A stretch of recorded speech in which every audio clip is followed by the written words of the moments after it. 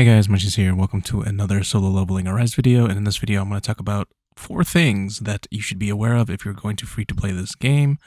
The first thing is be wary of spending your gold. So the game tends to front load you with a lot of resources. Gold is one of them. Be very careful on what you upgrade with these. I needlessly spent some of this on weapons. Some of these are things that I've already made mistakes on, so you don't have to.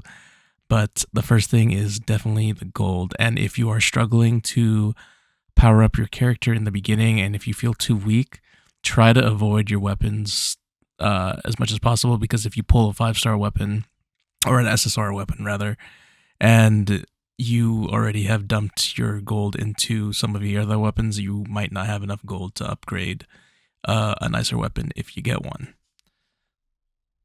With that being said, you have other ways of powering up your character. One way is leveling up your skills, and the other way is leveling up your armor.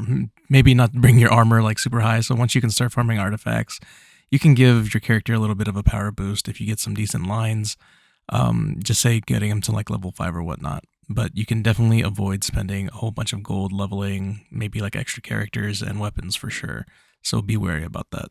So the next thing on the list is going to be your like kind of daily farm missions, which are kind of dictated by these keys. So one of them are gates. So you will get 11 gates a day, and you will clear these 11 gates. And to refresh these gates, like if you want more keys, you have to spend in-game currency, which if you are free to play, try your best not to do it. Just don't do it. As much as you want to play the game more, just in the beginning, do not do it. Maybe if you have some leftover later, by all means, go for it. But there are also encore missions. These are all different keys, and there is no timer for them. Like you don't gain a key like every 6 hours or anything like that. These are either like you use them for the day or you lose them for the day. So make sure you exhaust these keys for your artifact instances and your gates.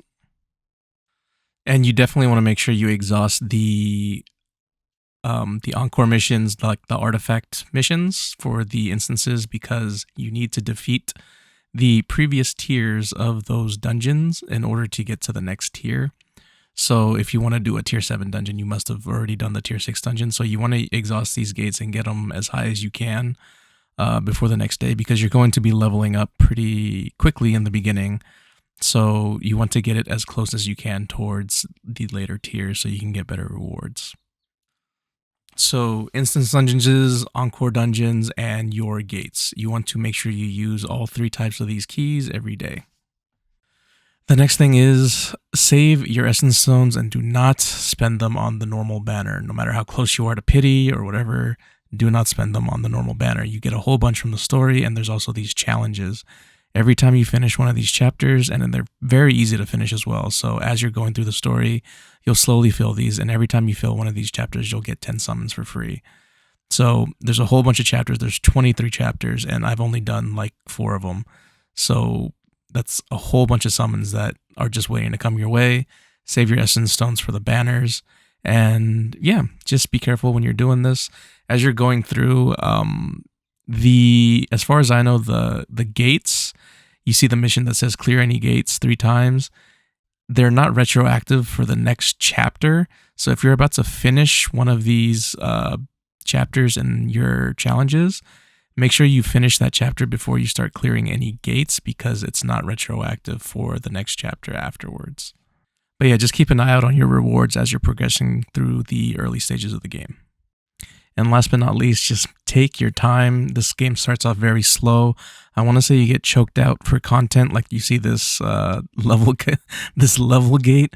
I want to say you get gated around like level 17 or 19 at the beginning, and you kind of get choked out for content at the start.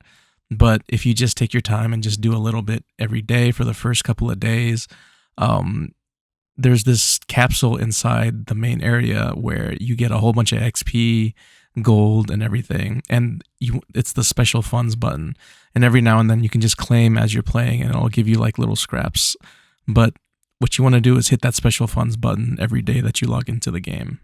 But that is all for this video. Thank you guys for watching. Don't forget to like and sub on your way out, and I will see you guys next time. Bye.